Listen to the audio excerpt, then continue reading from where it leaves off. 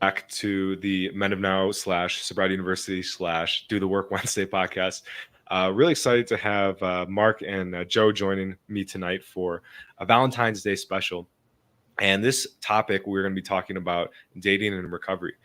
And why we wanted to talk about this is because I know for me, getting clean from drugs and alcohol was not an exciting venture. Like, I wasn't looking forward to it. So it was really important for me to have something to start to work towards besides just like getting clean. I know that can be a bit boring. Um, so we're really gonna. I'm very curious to hear your guys' experience with dating and recovery and stuff, because you guys are you have a lot more experience in life in general than I do. So we're gonna be diving into that today. And thank you guys for waiting. For those who were patient, we had some technical difficulties with the mics, which was weird. So it was a higher power moment. We had to turn it over, and now we are here. We're live, and we're gonna rip it. So, Joe, yeah, why don't you start us off in your kind of journey with sober dating, and then we can go into Mark's story with recovery, because this is his first time on our channel. So, take it away, Joe. Yeah, cool. Thanks, man. Good to be back again on a Wednesday night. I missed last week. So, like, dating and recovery for me is really it's a non-factor. And I was sober 11 years. So before I got married, I was sober, and I was sober throughout, a large part of the marriage. And coming out from a divorce, I was sober again. So I had to start, but I had been so long living in recovery for so long that it was really a non-factor. I mean, I really learned how to reacclimate into society sober by that point. Being married, I wasn't dating, obviously. So it didn't really present anything. I lived day to day sober for many years before I had to date. The only thing was, and I think y'all both have experienced with alcohol, is that's like the only drug you can say you don't do and get looked at, get funny looks. Like you kind of a little bit of an outcast for, like, why? What's wrong with this guy? Why doesn't he drink? And it also, some people get uncomfortable when I'm not drinking. Like, they feeling judged, or as if I'm, like, when I tell them I don't drink, that they automatically assume that I don't want them to drink either. And that's not the case. So I just usually just reassure the girl I'm with, like, hey, if you drink, have a good time. Don't not have a good time at my expense. It's just better for me if I don't, or I'm just not going to drink. You go ahead. And I'll leave it at that. If you over explain, then they get nervous. If you just play like it's no big deal, brush it off as you do your thing, I'm going to do mine. Plus, once they have a couple in them, they loosen up. Then they see you have no problem. You're not tense. You're not boring. You're not stuttering. You're not, judging them or very dry. Like, I can be just as loose sober as I am drinking. Well, maybe a little looser drinking, but a little wilder. But it has no effect on me whatsoever. The effect it has is reassuring the other person that it's not a big deal to me. Okay, very cool, very cool. And then, Mark, how about yourself on that? Well, I would reiterate what Joe just said there about the people being uncomfortable when you're not drinking. This last girl I dated, she partied, and I went out with her for about a year, but it didn't mix too well with me. But I know it was hard for her because if she wanted to drink, but I didn't care. It didn't make any difference to me. I'd say my biggest struggle since I've sobered up was not so much in the dating, but in the LTRs. Before I sobered up, before I was 30, I was partying until I was about 30 and I quit. I had no problems with women as far as managing the respect, different things like that. But when I quit drinking, I tried, how would I say? I actually threw the baby out with the bathwater, if you know that. Everything I did before I thought was bad because I didn't treat girls very well. It's not that I was abusive, but I just didn't treat them well. But then they loved me. I mean, I had a wife, I had 2 steady girlfriends. They all knew I had this going on, but they just, I didn't rub it in their face. So when I sobered up, I completely threw all that out. Of course, I didn't want to lie anymore, but I guess I have to say I kind of turned into a nice guy to a certain degree. I didn't put up with much crap, but I, when the women when the LTRs would treat me really well, I would want to do something back for them. And I had a tendency, what is the old 2/3 rule? I think it is. Well, I was like doing 2/3 for them instead of letting them do 2/3.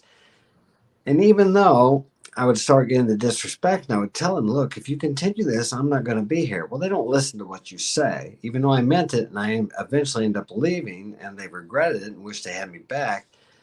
It just, I have a hard time practicing the principles of the programs, so to speak, when it comes to women. And my rule of thumb is this: the golden rule is treat others the way you want to be treated.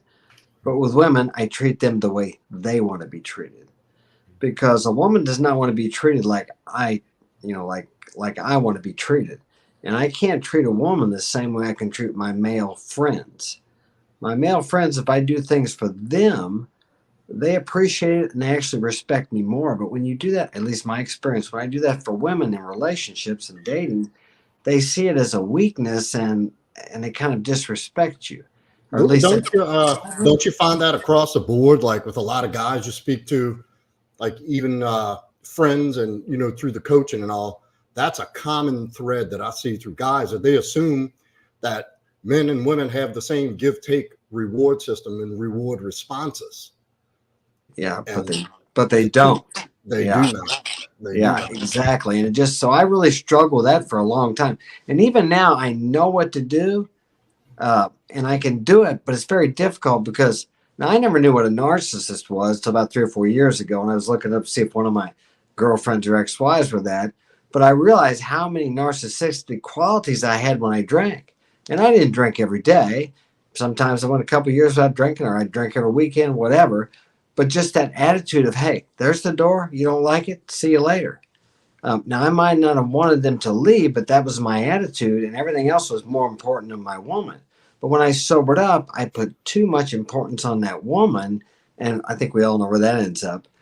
And even though I told him, I said, hey, look, I'm not gonna. If you continue this, I'm not gonna be around here. And eventually, I had to leave them because the disrespect. I had a hard time being, well, for lack of a better way, the jerk I was when I was drinking. Let me ask you this. I got a question. So do you find, I've found since I've been in recovery, that that jerk has to be a little more intentional. Like I by nature want to be a kind and giving person. Like that's my nature. That's my default, is like, okay, I really like the way we're getting along. You're doing all the right things. I want to reward you. And not paying attention, I will slip into the same thing you said, the 2/3, the opposite way. Like I'll be given more and more just because I'm like, hey, I'm happy. You're doing the right things. Things are going well. You're not breaking my balls. I'm not stressing. We haven't argued. There's a lot of things that you keep up with consistently. I want to reward you. And that's, and then, well, because, think about the tenets and the principles of recovery, about being selfless and giving, kind, loving, tolerant, and patient with others. And yeah, I find exactly, and that just does not, or for me anyway, personally, it does not work well with the women I've dated. And now some people might say, well, you probably go out with, they're damaged goods, they're this and that. I went out with women from good families, bad families, terrible families, pretty good families. It doesn't matter. They respond better to the way I was before I was 30 and I quit, but I'm not saying I have to be that way now, that the bad boy that I was. But there's certain characteristics of that bad boy that really work well with women, that you can still implement now, that you may.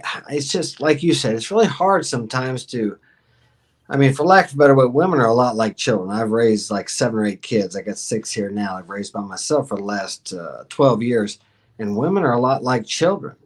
If you give them an inch, they'll take a mile. And they're just not the same. They don't respond the same way as men respond to certain things. So that's been my biggest struggle, is being more, I guess I would say, stern with women. I'm just too generous, too giving.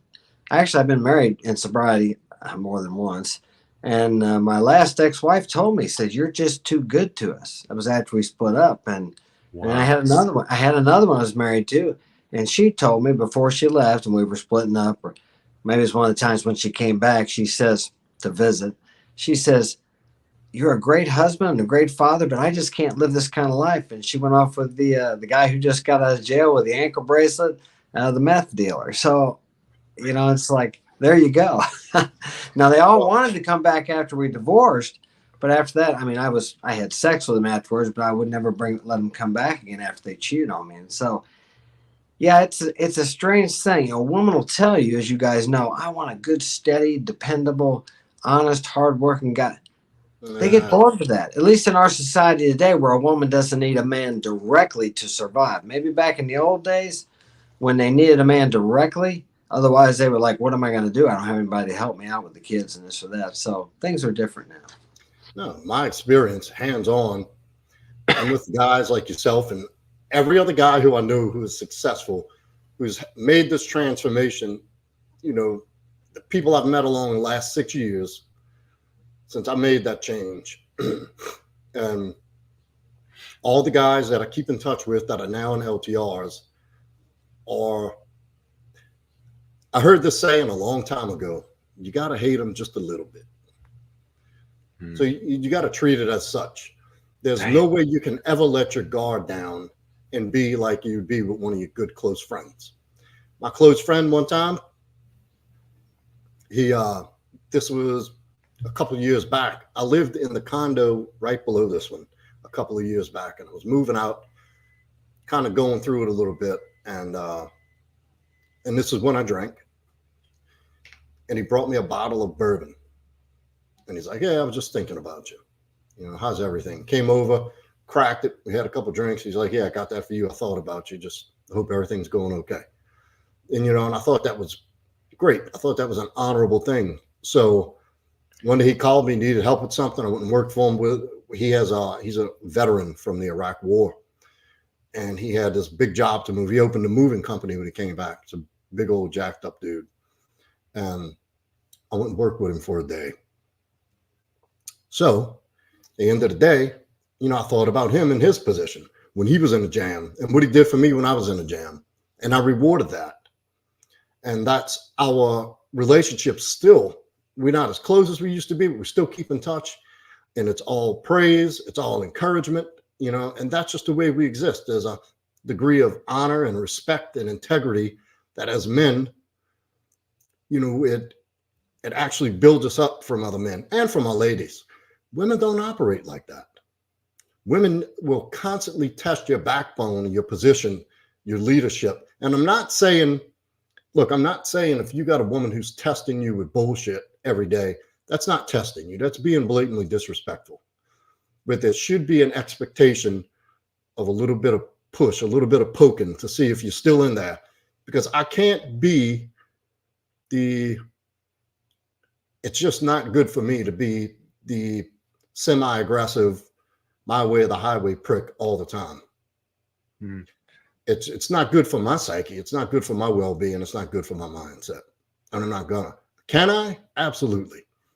But even that gets old. But it's their job. It's their position in your life to, kind of poke around a little bit and make sure you're paying attention. Make sure you still got your edge.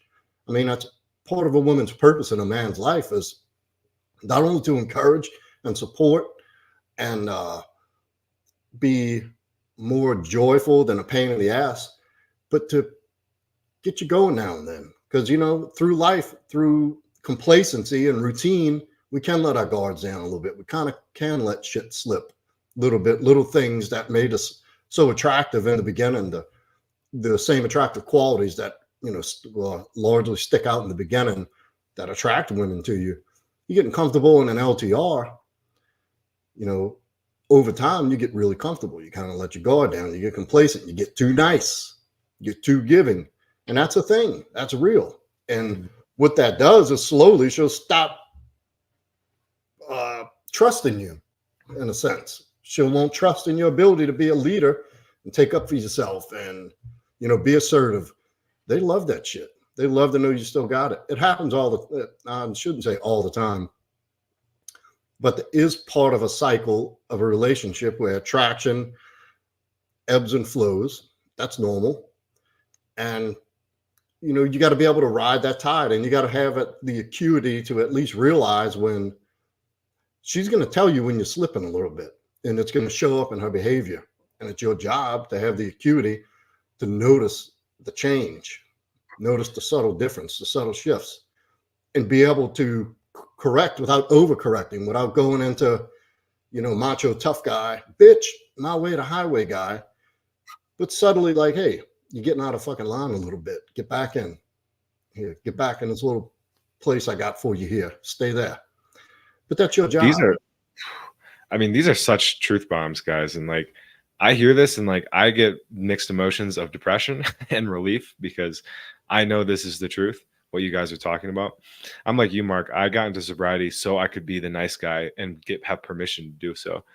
And as I've dated, I've realized, dude, like I have to learn the exact opposite. Like I have to learn how to be kind of a dick, like intentionally, as I just can be too nice, and I love it. I'm just like you, Joe. Like I'd rather be for a long time. I was like, I kind of wish I was like no homo, that I was gay, because I'm like, dude, if I could just like be with the homies as a relationship, how I treat the homies, that'd be great.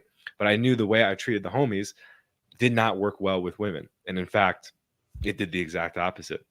It's a fantasy. It's a fantasy, man. And gosh, so many guys get taught that that's how it's supposed to be, and you should be relieved. That's a big relief knowing that way ahead of time.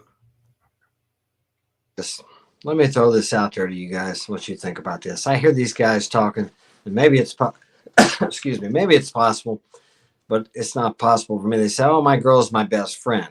What I throw up to that is this.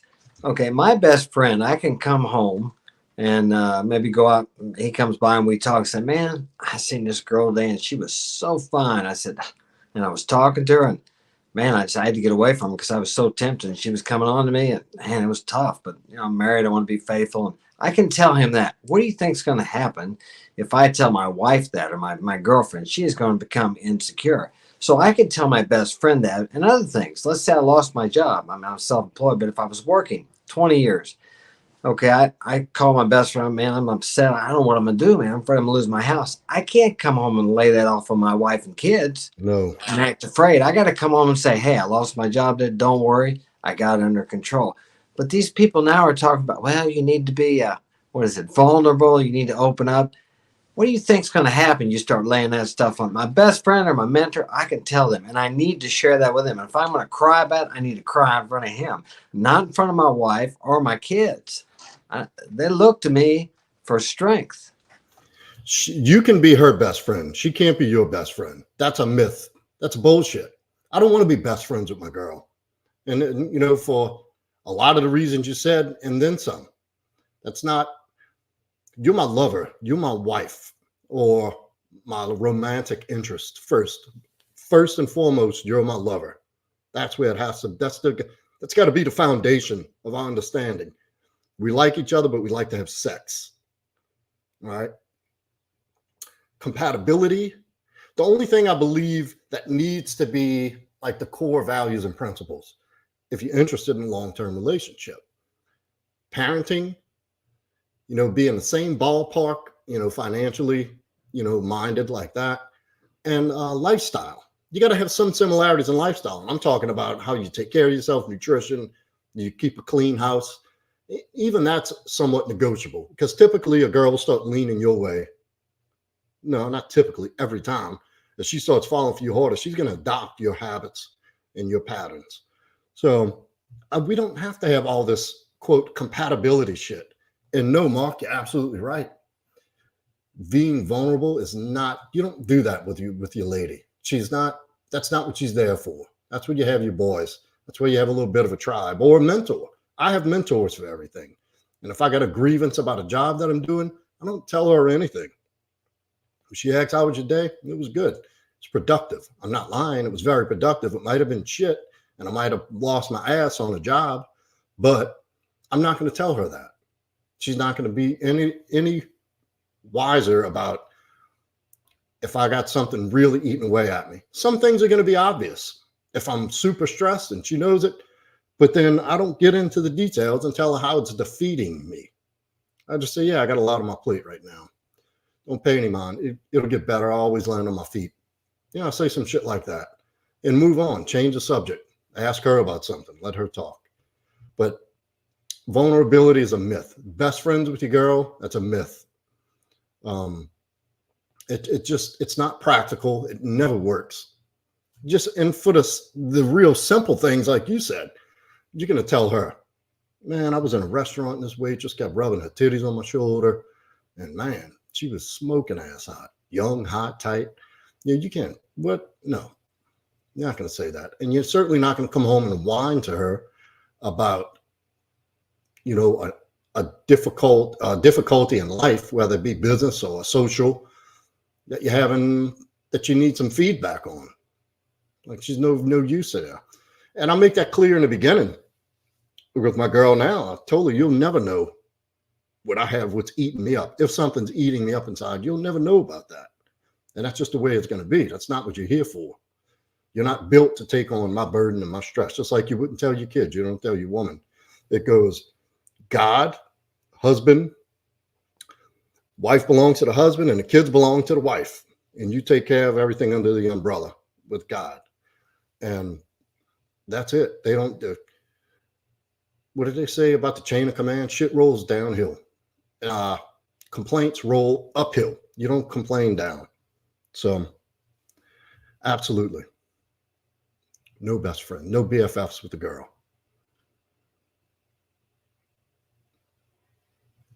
Hey, you're muted. I'm muted.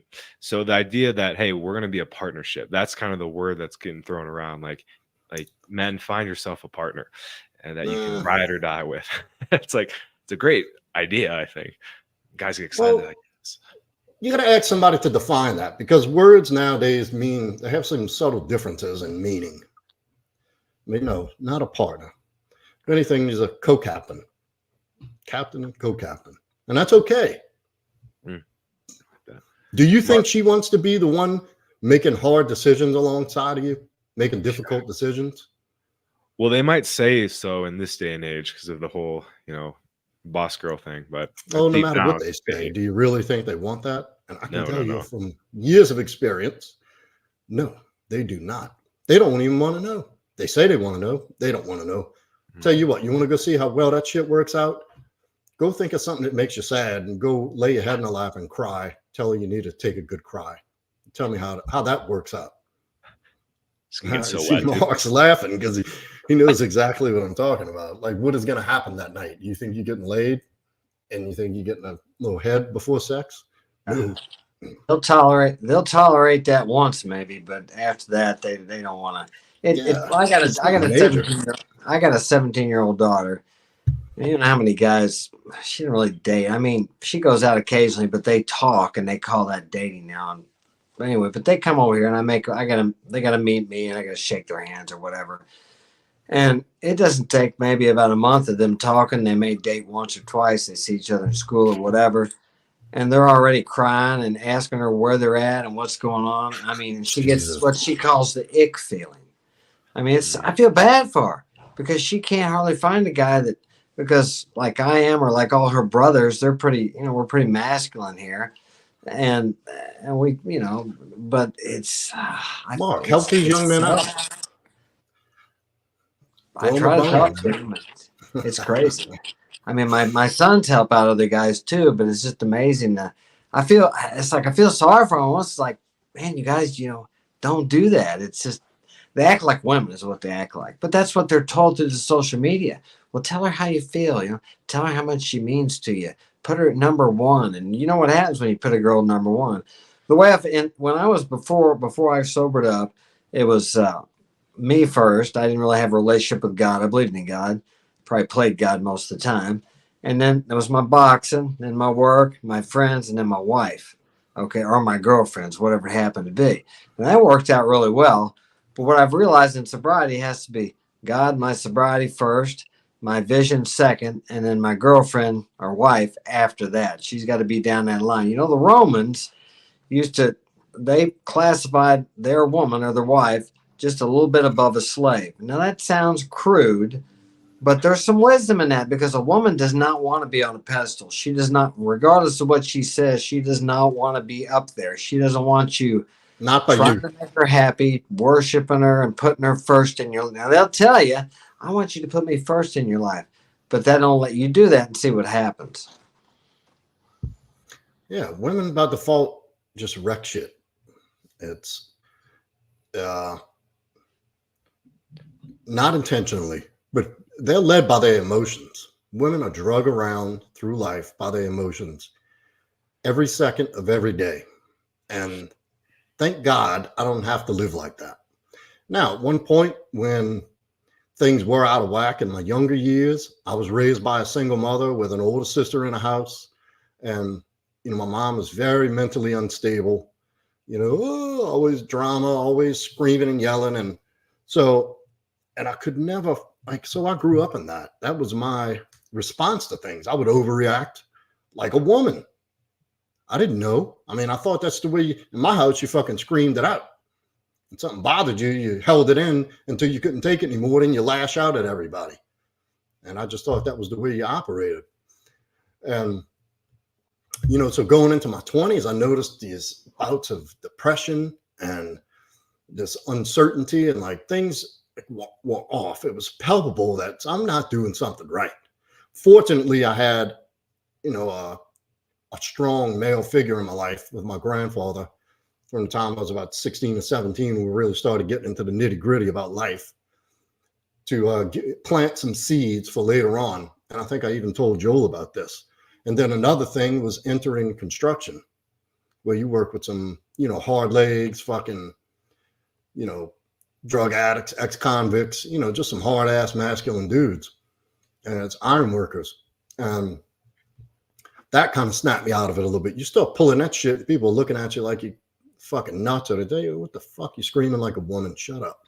Shut that shit up. And so, and I'll tell you what really woke me up out of it, snapped me out of a daze, was 6 years ago when I first read that book, Rational Male.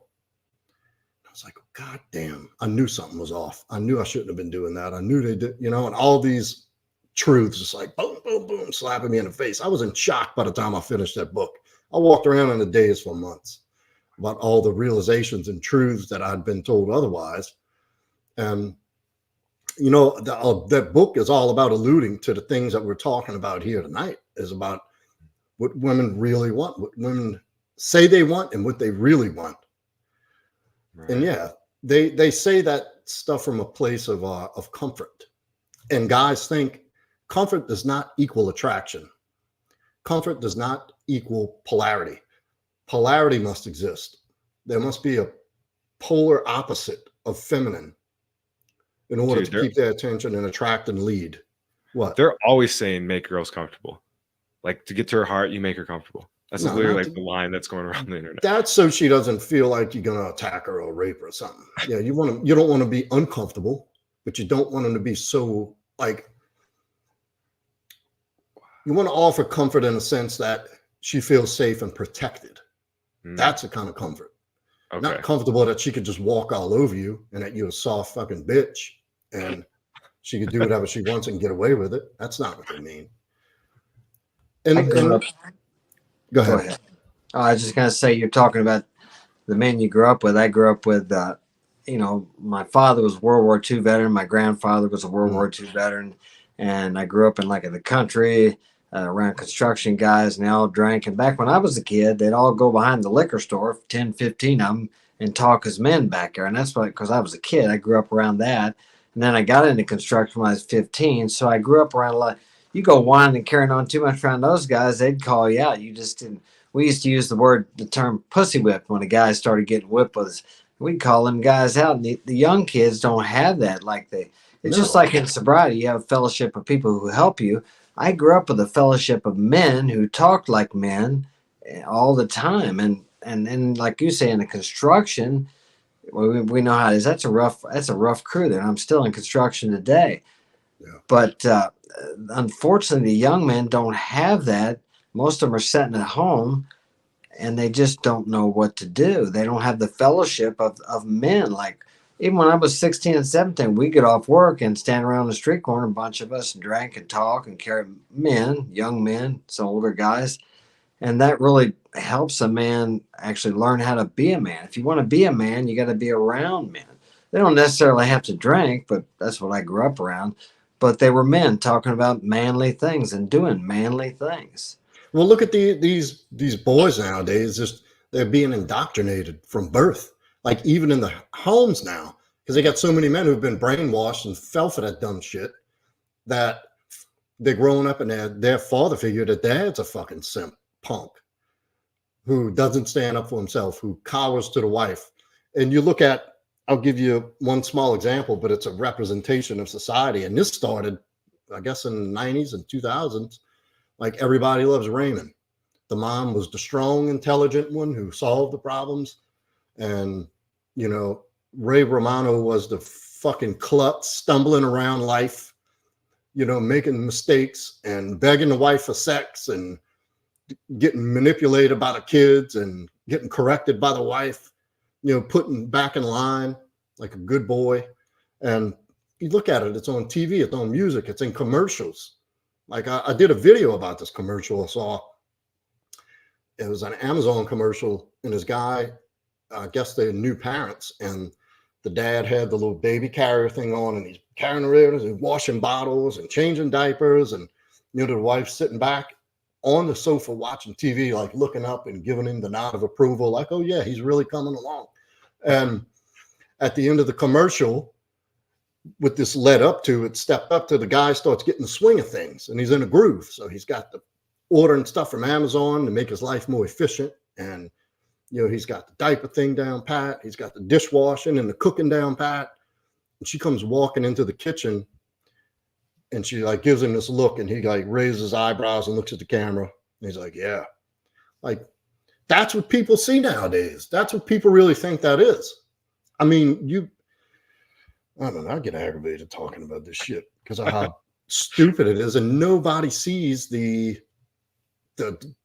potential for destruction in that. But here's the upside. The plus side is all people that are going back to more tradition. I'm not talking trad con talk, but they have people, even the women who have gone through this third wave of feminism, and now in their late 30s, early 40s, late 40s, like, damn, they lied. I am unhappy. I'm single. I have a career, but nobody wants me anymore. I can't have kids. This isn't working out. They lied to me. Like, none of this is true. I was so much happier when, you know, I wanted to follow when I was a little girl and I played house and I had a baby doll and I took care of the baby, and you know, I decorated my room. I did all that. I was looking forward to having a house, but they told me to get a career and be a boss bitch. And, you know, they start to see, and at least they're coming out and saying to these young ladies, like, look, don't fall for that. There's a reason you have a biological drive to have kids. And there's a reason why you're attracted. You know, there's an animal attraction to these strong masculine men who stand up for themselves and who work out. And like, chicks don't like dad bods. God, that's the biggest lie out in the media. They don't like dad bods. They don't like men who constantly give in and cower and do everything. And that dries them up. They lose attraction and respect. If you lose respect, attraction's long gone. A woman can never love you if she doesn't respect you. But it's your job to not earn the respect, but to garner the respect through your actions consistently. And it's your job to hold that position and demand respect. And then when a boundary's crossed, you enforce that boundary with a consequence every time. And sometimes it gets to be a tedious thing, having to correct every little bitty thing. But if you want to keep a relationship that's sane, functional, and healthy in the long term, that's what you signed up for when you were born with a set of nuts. That's in the agreement. It's part of being a man. Leading kids, just like women and men love our kids differently. The way I showed my son love was not letting him be lazy. waking him up when it's time to take the trash out, making him do his homework, punishing him when he did something wrong, beating his ass if he came home with an after-school detention. That's the way a dad shows love. And it's not the way a woman shows love to their kids. You know, they're all about nurturing and letting them get away with what they want. Yeah. And that's healthy. They need that balance. Yeah, I don't see a woman raising boys, because I've raised these boys, like I said, for the last 12 years by myself. They get to a certain age, they're going to test you, and they have three of them. They'll get up.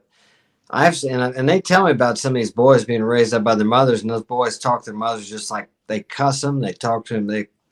I can't believe the way they talk. Well, I guess there's no man around, see, so they talk to them like that. And these boys, they both, I had to physically, how do I say it? Take care of the situation, and we have more respect for each other now. I didn't beat them up or anything like that, but they get up, snatch them up. Yeah, they get up in your face. That's what boys do, and they want to know, do you love me enough to stop me from screwing my life up? I had the cops call me one night, and one of my boys was out at past curfew. Went down and picked him up. They told me to take him home and whip his butt. Well, I obey the law, so.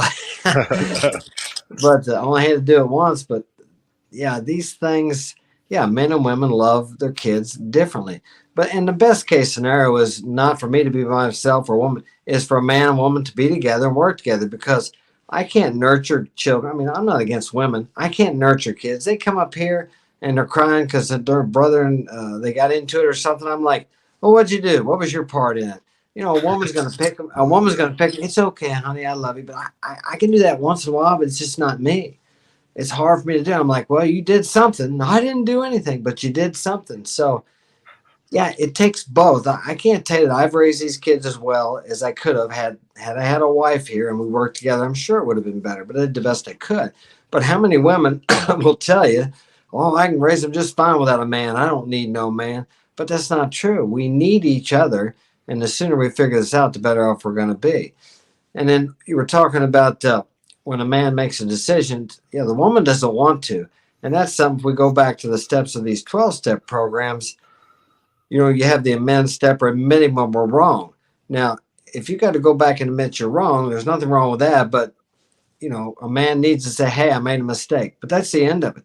There's no, oh, I'm sorry, or beating yourself up, or her bringing it up 2-3 days or a month or 6 months down the road.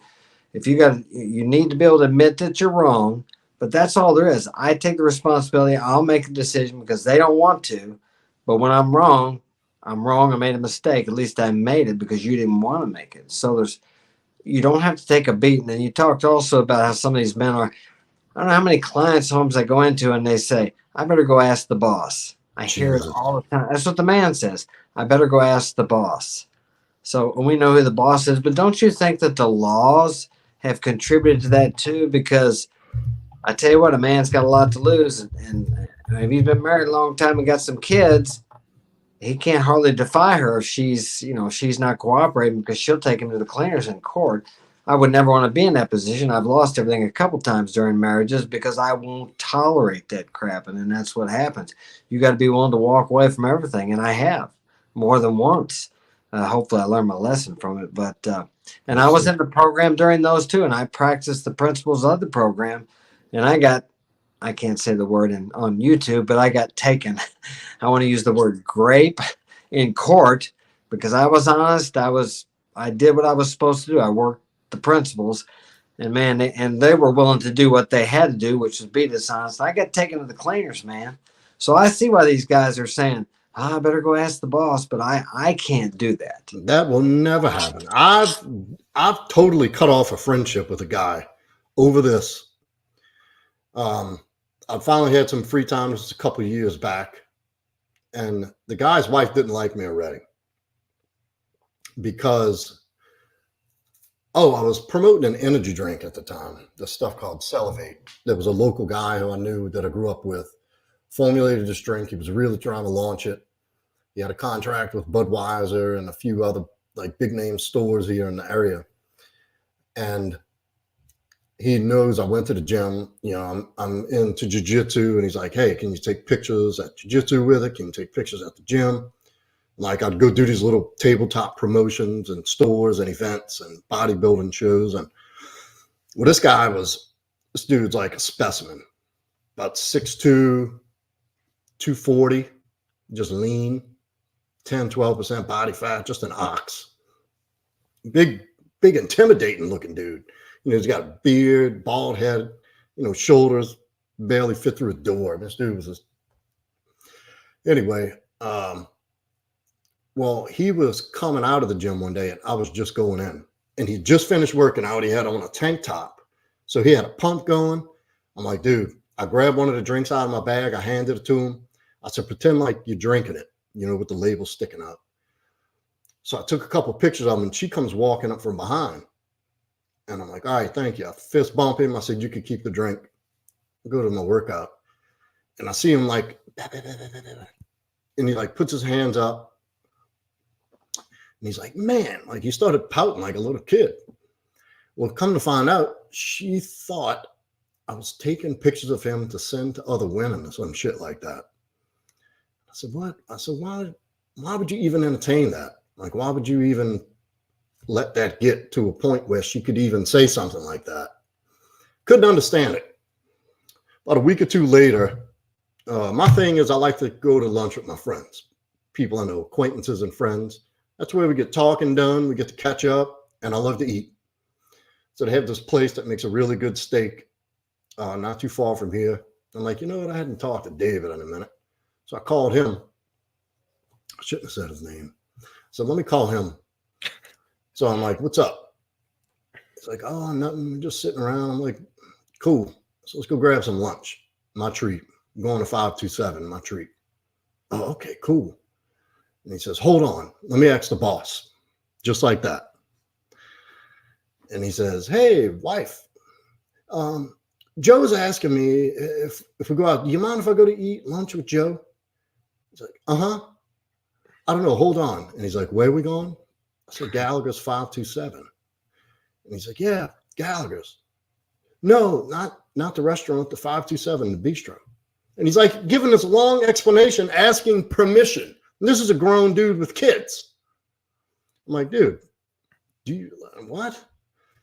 And he's like, hold on, let me call you right back. So he calls back 2-3 minutes. And he's like, yeah, well, I can go. She's going to drop me off. I'm like, I'll just come get you. And he's like, no, she wants to drop me off. Like, I tell you what, never mind. Just forget it. He's like, no, I don't mind. I just wanted to. I'm like, dude, you need to ask permission to go to lunch with a friend. I said, that's not a good look, dude. I said, I can't associate with that. I'm sorry. I wish you the best, but I can't do that. I said, I don't agree with that at all. He's like, well, dude, it's my wife. I'm like, yeah, exactly. That's your wife, not your keeper, not your parent. I'm like, no, sorry, dude. Just ain't going to happen. And I immediately lost respect for the guy, and we really haven't talked since. Wow, just like that. That's crazy, man. And it's so celebrated. You cannot trust a man who is under the control of a woman, or guys, any men in your life who will cower to women that can't be trusted in any other area in life, because that's a weakness. They'll always break there. That means they'll sell you down the river to make you look bad for a woman. They'll go behind your back if you're with somebody and tell them things like those kind of men do that. You can't. That's a dangerous place. Those guys will ruin your life just like a crazy woman would. I promise you, they can't be trusted in any area, business, social, recreation. Like if you're working out with them, like I have such a disdain. And it's a bit of a pity and sympathy for these guys, but I can't do it. I don't invite people like that into my life. Mark, any thoughts on that? Well, I was just trying to think, why has it gotten that way? I think, what's the old saying? Hard times make strong men make good times make soft men. And I think about that. I make the joke. Of course, I don't want a war because I have 5 sons that are about age to go. Yeah, right. But we need a war. We don't have all these people. They got too much time. They have no challenges. We as men need challenges.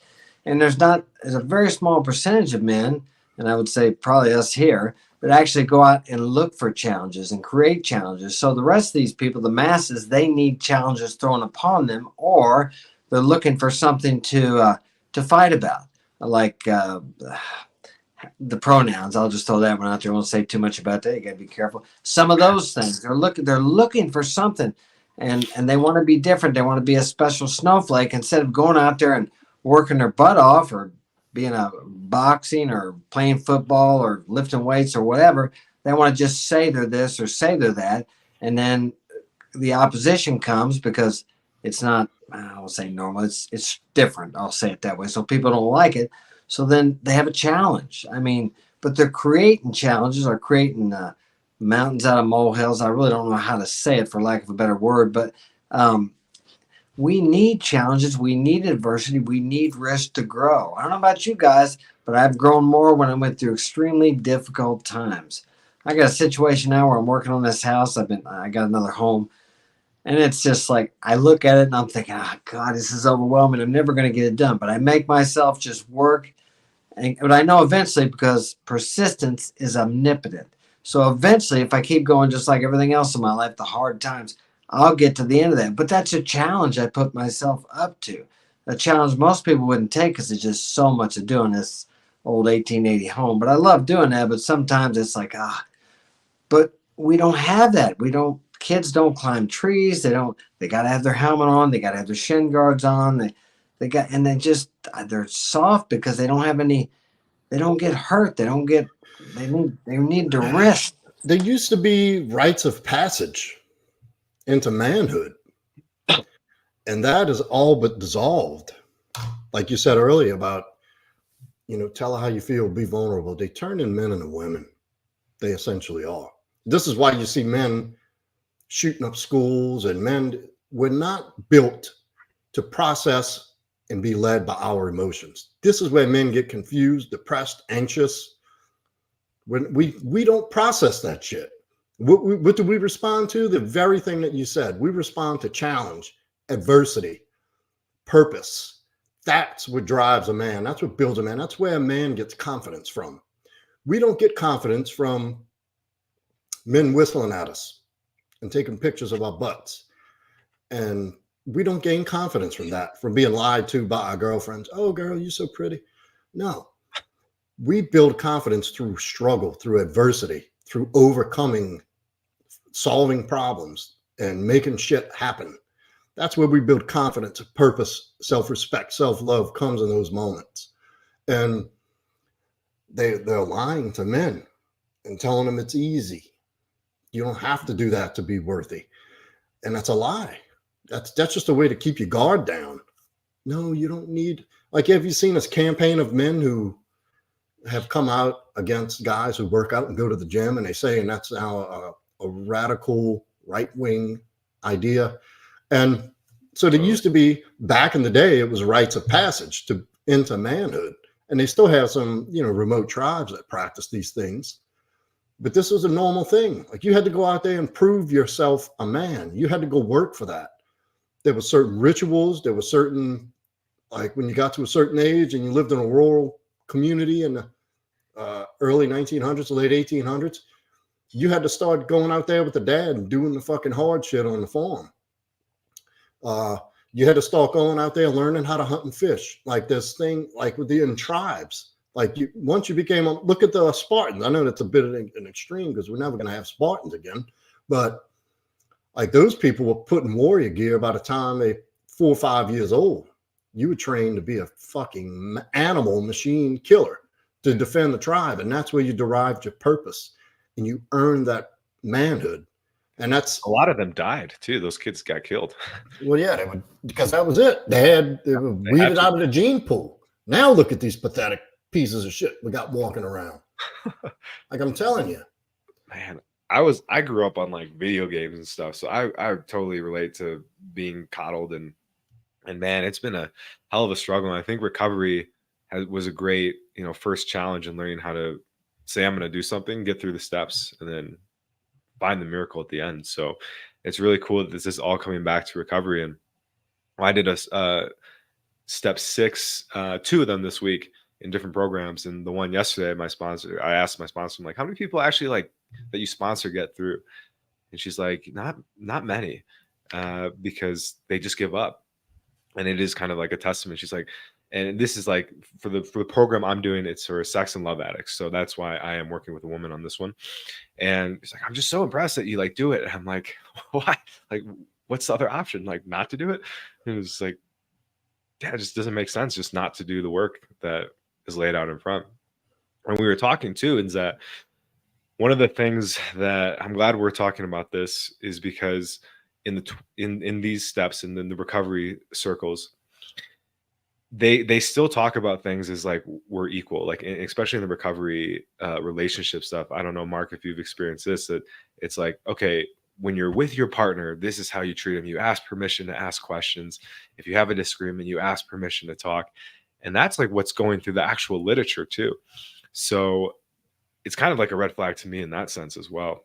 That doesn't work in relationships sometimes. That's why I say I've never been able to integrate the program, the 12-step program, into my day. I mean, there are certain principles you can use, but it just doesn't work well because like Joe and I talked about, he mentioned too, you can be too nice. They do not want you to be nice. Now, I don't want you to be a raving jerk, but it just, like I said, you got to treat them the way they want to be treated, and they do not want to be treated that way. I think sometimes, just my opinion, if you take thousands of years of evolution and these women, it wasn't until what the last, and I'm not against women, I love women. It wasn't until the last, 100 years, 150 years that women actually started to have a say in anything. So they were the men that they would be with that could protect them and provide and keep them safe were the ones that were more narcissistic. They were out for themselves. They knew how to protect themselves. They would kill if they had to. So do you think if they were attracted to that type of man for so many years, they're going to turn on and be attracted to a modern day man that's going to be nice and treat them wonderful and give them everything they want and change the baby and stay home and let her go out and work? I just don't think that makes any logical sense whatsoever. And we see what's happening when a person tries to do that. It just does not work. At least as far as I could. It's never worked for me, and I don't know anybody that it has worked for. No, she don't even know why.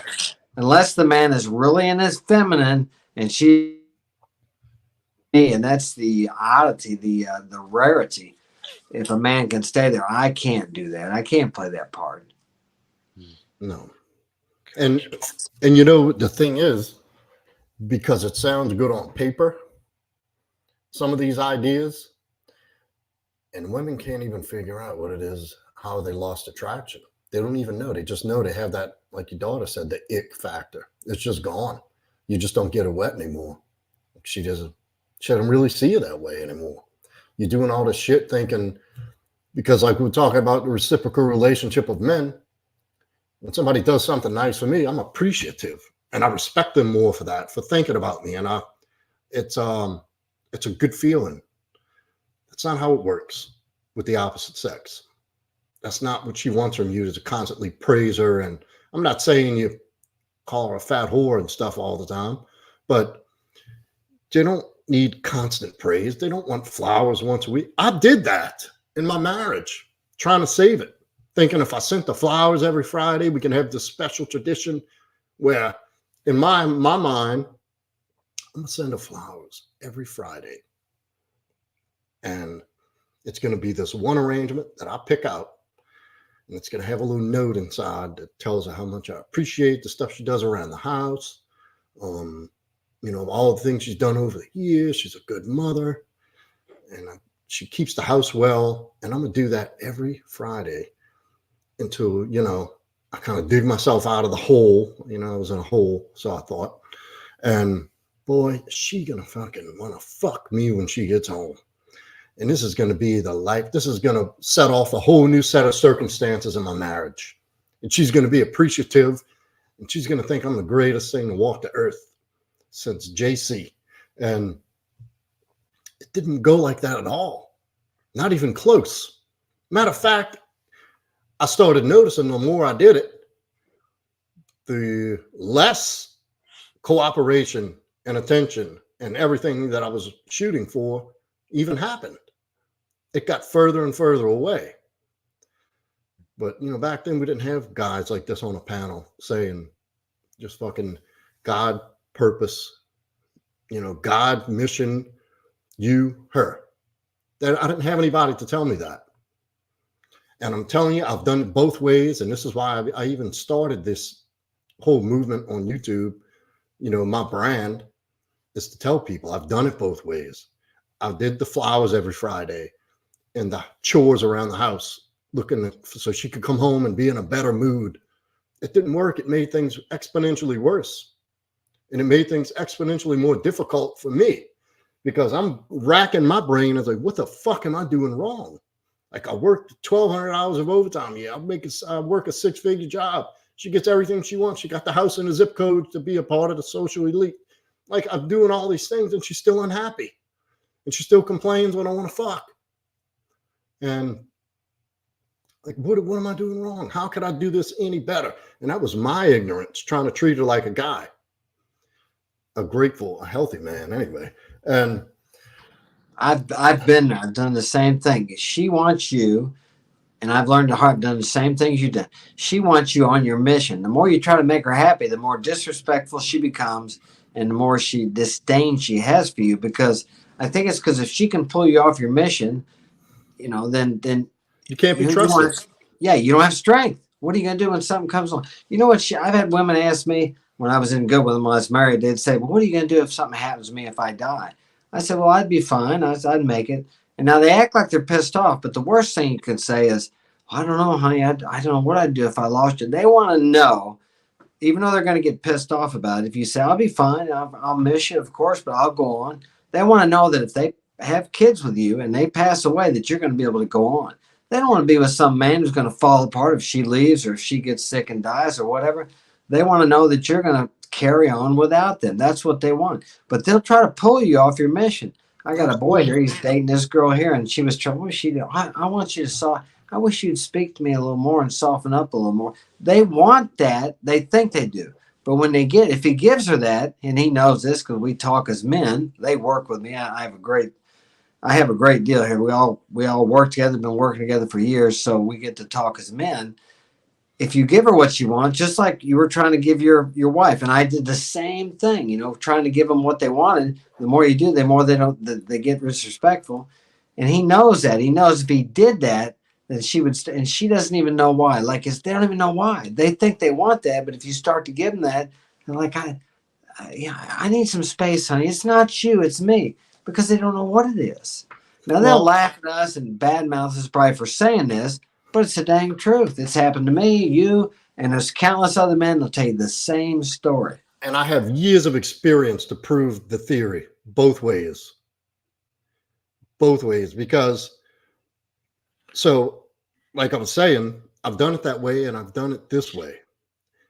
And my life hasn't been better in the last 6 years. I'm not saying I haven't hit some rough patches. But overall, the overall past 6 years, my life has been the best it's ever been. Obviously, getting sober really put the cherry on top. And that's where I should have started and led with. But I ain't even going to get into all that right now. And my relationships are the best they've ever been. The major fuck up I had in a relationship was when I did what you talked about in the beginning of the show, is when I reverted back to, I want to be nice more and more giving, because it happens. It happens. Look, damn, that's great. I'm on a grind. I get comfortable, and I had just kind of fallen into this space and thinking, yep, I got it. I'm going to be the man forever. And you know, that other behavior, until it's practiced long enough, isn't quite the habit yet. And you don't know how much you changed until you've been presented with the exact same situations and you react differently. Some things I did, other things I didn't. Slowly took the relationship apart. But now, as a whole overall, it's a night and day. It's night and day. Because not only do I tell the women, you know, my purpose is first. I don't say my purpose, my business, because that's what I do every day. I wake up in the morning to go run this business. That's first. I'm second. My gym time, my quiet time, my jujitsu, my this, my that. Then you come into the picture. Well, God first. I told you that in the beginning. We'll just say that's implied. It works great. It works great. But I really believe that now. I internalize that and I live that day in and day out. All the situations, it all points to that. There's no compromise. Oh, can't you just miss jujitsu tonight? Nope, not happening. Can't you just skip the gym? Nope, I had a rough week. It's the only time I got. Got to make it. Not happening. They'll do that too and try to get you. And you think logically as men, we think, okay, well, I really want to go to the gym, but if I stay home with her, she'll appreciate me more. Because a man would. If your friend actually did something, he would think, man, I remember when Joe did that for me, and he needs me now. I'm going to be there. But they don't think like that. No. And I'll talk about my last marriage was 12 years. And as far as the program goes in there, what I did was I tried to practice the principles of the programs with her. So a lot of times she would want me to tell her what to do. I'd say, well, no, you need to make your own decisions. In some situation with her, you need to decide which, so you make your own mistakes and learn from it. Because that's what I would tell somebody. That's what I'm told. And that's what I tell people that I help. But you can't do that. Or at least I can't do that with my woman because she doesn't want to make that decision. She doesn't want to be responsible for it. She wants to be. I've had them tell me what to do. But I wouldn't do it because I'm taught in the program not to do that. But that does not work in a intimate relationship. If she says, "Tell me what to do," you need to tell her what to do. You don't need to let her fall on her face and make her own mistake like we have to do, or like I have to do as a man. Because my sponsor might tell me, well, you know what? I'm going to suggest this, but you got to make the decision, and what you're going to do because you're the one that's going to either reap the consequences or the benefits from it. So it just doesn't work to practice those. Of course you need to be kind, but like you said, Joe, you can be too giving because I'm taught in the program to give away what I want. And it works real well. I do it in business. I do it everywhere, but it does not work with my woman. I cannot be as generous to her as I am with my clients. On my jobs, I always do something extra. Sometimes the clients know it. Sometimes they don't. I always go the extra mile. But if you go the extra mile with your woman, like you've experienced, Joe and I have too, it just turns them off. Look, you display your generosity and care and love in other ways, by your leadership, by your firm stance, with a firm and loving direction, push, nudge to do things. Standing your ground is how you show her appreciation. This is how you communicate to her, look, you can trust me. I'll lead this relationship. You have nothing to worry about, and I'll protect us both. I'll keep us safe. You have nothing to worry about when I'm around. That's what they really appreciate and respect and looked up to. Not you caving to their every whim. Because women have whims all fucking day long. They get whims. They have a whim to be angry. They have a whim to be all romantic feeling. They got a whim to be sad. Women cry for no reason. Did you a lot of guys know that? They'll go up in their room and cry just to have a cry.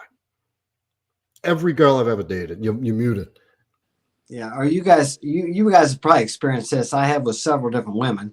The last one I dated, you know what she'd tell me when it was her time of the month? She'd be going off on some tangent, and I just listen, and she'd say, "Oh, don't pay any attention to me." She says, "You know how I am on my days." She was Spanish and spoke Spanish, so she would say, "On my days." And they come out and admit, how I am because they become so unstable. But say that to the wrong woman about, it's your time of the month, and it's like, but they become extremely emotional during that time, and it's hard for them to be logical and rational. So they're just very different. We're just different. It doesn't mean they're bad or we're better or they're worse. We're just different. Okay. Wow, guys, I think that's a great place to put a pause today. This is freaking crazy because I'm more in my beginning stage of the journey, so it's really powerful to hear this. And like you said earlier, Joe, like I'm kind of walking through my haze right now as I'm getting experience. I see all these things and I can't like unsee them anymore. So I'm too far in to go back, and all I can do is keep going forward. So I really appreciate hearing what you guys had to share. And these are the conversations I wish I would have had or gotten to listen to when I was growing up. But I'm super grateful that I get to listen to them now and start to put these things into action right away. So we will definitely have to do some follow up. I think a great talk would be about how not to be a nice guy, because still that doesn't make sense. Like, because like you said, like, okay, we're in recovery. We live a principle of honesty and integrity and being nice and kind and all that. And like you guys were saying, it doesn't work with women. So finding the ways to communicate, I think could offer a lot of clarification. So we're definitely going to have to do another one again. For myself, just to wrap from what I've heard tonight and learned tonight, is to don't treat them like you do with your guy friends. Maybe if you're in recovery, find some coaches or somebody that can teach you how to talk to them, because the recovery lingo just doesn't work. And then put your purpose first. I think that's it's so easy to say when, that super babe isn't there. That was my biggest mistake with the last girl I dated.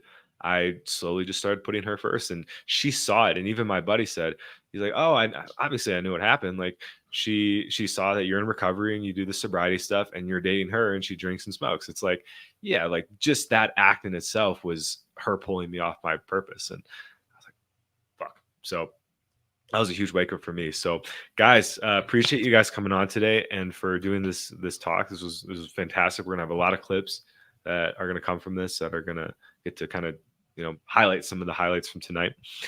Joe, Mark, anything you want to share as your last notes and where people can find you on the internet space? Yeah, look, guys, coming into the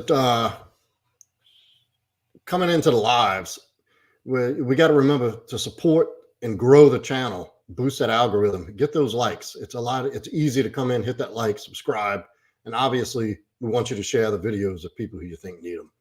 And leave your comments about what you heard here or any ideas about what you want to hear about next. And it was a great show. Obviously, we're going to have to do some follow-up. And so people who take things super fucking literally don't bite this off and run with it, because there's nuance in what we say, and it can be explained better. And that's why I say leave comments so we could break it down a little bit. And then go to my channel.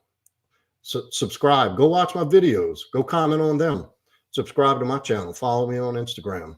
And if you want coaching and direction and something about that we talked about tonight, hit me up, go to my website. You can book a call on my website, or you can DM me and we'll set up a time from there. Awesome. Thank you, brother. And Mark, to you. Yeah, it's great to be here tonight. Joe, I think I was on the Dragon ship with you one time. I think I've met you before. Yeah, we have. Yeah, it's good to see you again. And You too, great man. to be here. Great show. What I would tell the people listening, and for the men, don't believe what we said. Just go out and try. Try both ways and see what happens. Because I'm talking from experience. I know Joe is too. We've tried both ways, and we've seen other men do the same thing. So you don't have to believe. It's just take what you need, leave the rest, see what works. Try it. You can find me on Instagram at Mark's Inspiration, and on YouTube at Mark Daniels, Mark's Inspiration, on TikTok at Mark's Inspiration. And I put out a video every other day, and that's about all I got. Great to be here. Good to see you again, Joe, and thanks for inviting me. Great to see you. Awesome show. Awesome show. For myself, I coach people on how to quit addiction. So weed, porn, whatever it may be, alcohol even. That's my coaching service. So you can find the link in the description below, or go to my YouTube channel, Sobriety University, and we can have a little call. We can see where you are in your journey. Maybe the 12 steps is for you, and I help people find that route to get there as well, because a lot of people don't even know about it. Maybe it isn't for you. Maybe you want to try to get clean and then dive into it later. I always lead people that I coach to those groups because I think they're amazing and they're free. So hit me up in the link below. And appreciate everyone tuning in tonight. This was a very intense and powerful show, and we're gonna have more of these, because this is stuff that a lot of young men, including myself, need to hear, so we can become the people we're meant to be and not fall into that silliness. Also, guys, last note, if you are looking to invest, the one of the biggest investments you can invest in right now is box wine and cat food, because of the rise of single women. So keep that in mind if you're looking for a new opportunity. And with that, guys, we'll talk to you in the next one. Peace.